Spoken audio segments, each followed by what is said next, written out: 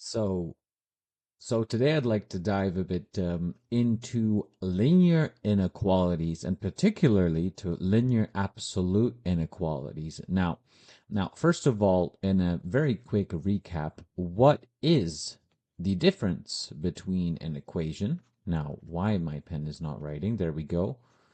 An equation and an inequality.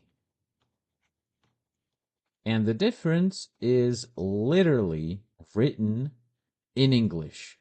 Equation is from the word equate,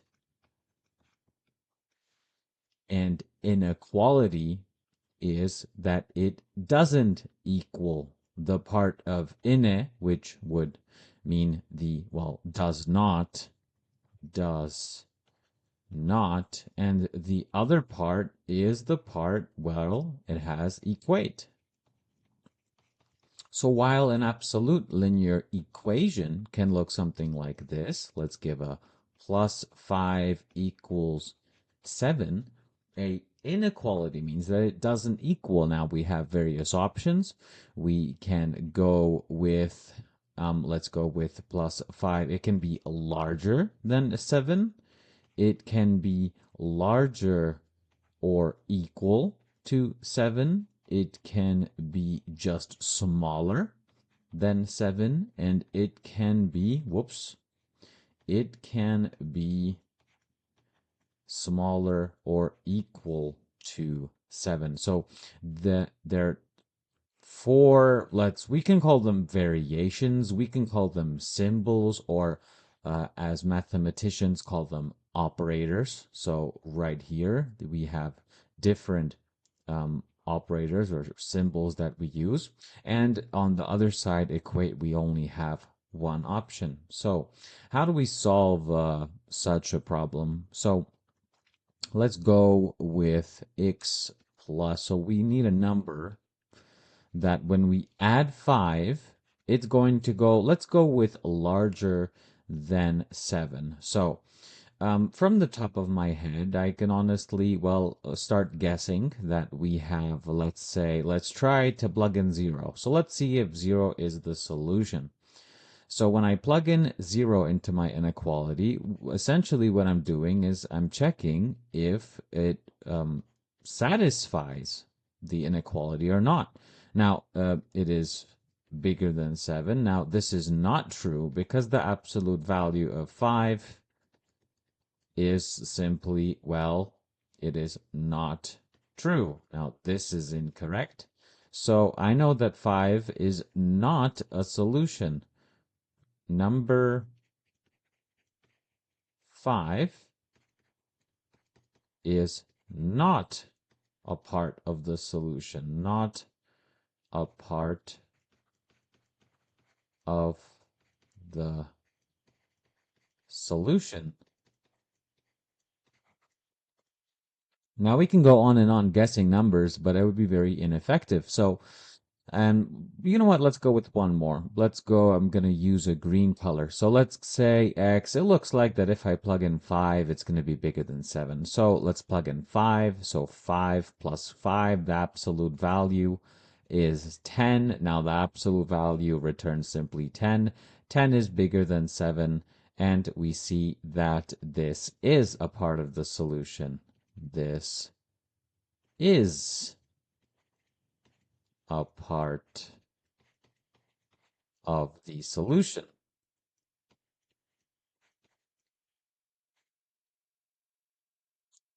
Now, it would be extremely ineffective to try all numbers. So what we will do is we'll find the point where it equates, and we'll go from there.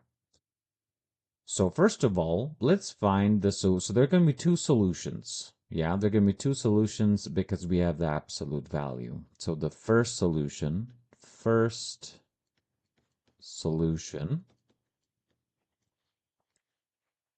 or it's not exactly a solution, but the first step is that we will solve for the first x number where it equates to positive 7. Now that's very important. It's positive 7, and now I slightly made a mistake. So from here, we're going to get our first step or first, and x1 plus 5 will equal to plus 7. This is our first equation that we need to solve. So this is the positive, we can call it the positive side where we have plus 7. So what x, and simply the solution I think is rather straightforward, that x has to be equal to 2 right here. Now let's solve for the negative side. Why? Because we know that the absolute value of a negative number, so let's say negative 7 equals plus 7. So this right here can be also negative. So the other, so I can, in fact, I think I'll just cross this out so it doesn't confuse you.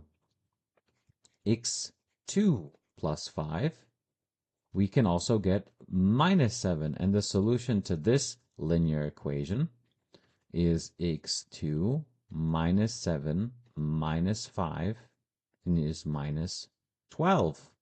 So we see that it's rather completely different, and it's just the fact that we have an absolute value. So let me just prove that it's correct, that if we would plug in something, let's go with something smaller than minus 12. Let's try to plug in minus 15. I'm plugging in minus 15.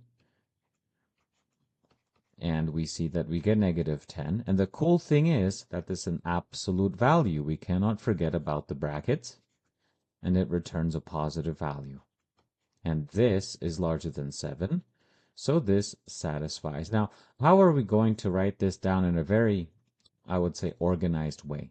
We're going to write it down using a number. It has various names. I like to call it a number axis.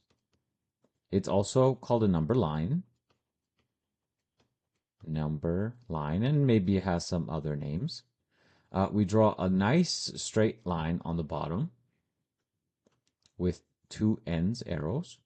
The ends, very likely, it's not always, but in our case, at least in the beginning, it's minus infinity to infinity. In the middle, we have a 0. And here, we write down our two numbers we calculated. So our first number in a nice blue is 2. So right here, we have the number 2. And in yellow, we have the number minus 12. So it's all the way, I'm going to go intentionally far, minus 12. Now, the question is that which numbers are going to be the solution. And a good hint is that when we have a larger than symbol, we're always focusing on the numbers that are larger. So, for example, if I would plug in 7, it's a solution. If I would plug in 10, it's a solution. If I plug in 12, it's a solution. There are various kinds of ways of, let's say, writing this down. But the convention that I will follow is that we add a kind of a symbol, and has to be empty, and all of the numbers that go are larger than 2 and continue to infinity is our solution. It's also possible to just color this in blue. That's also possible. And from the other side, we have the numbers that are smaller than minus 11, as we seen here. And you can also color this in yellow. Yeah. Why the empty dot? The empty dot simply means that it does not include, does not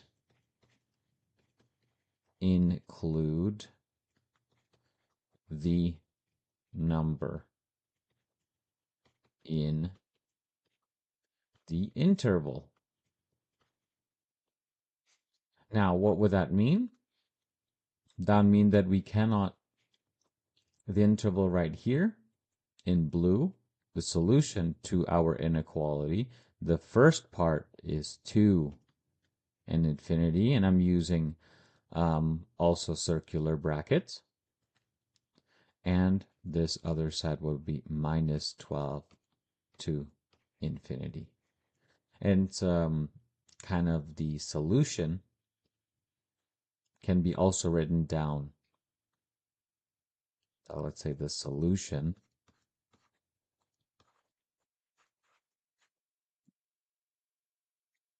to the x plus 5 is larger than 7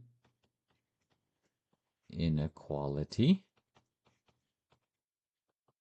is, and now we can just simply write some kind of domain. So let's just go with it, capital D. The first interval is minus infinity to minus 12, and then we use a U sign to combine the two. And the second part is 2 to infinity.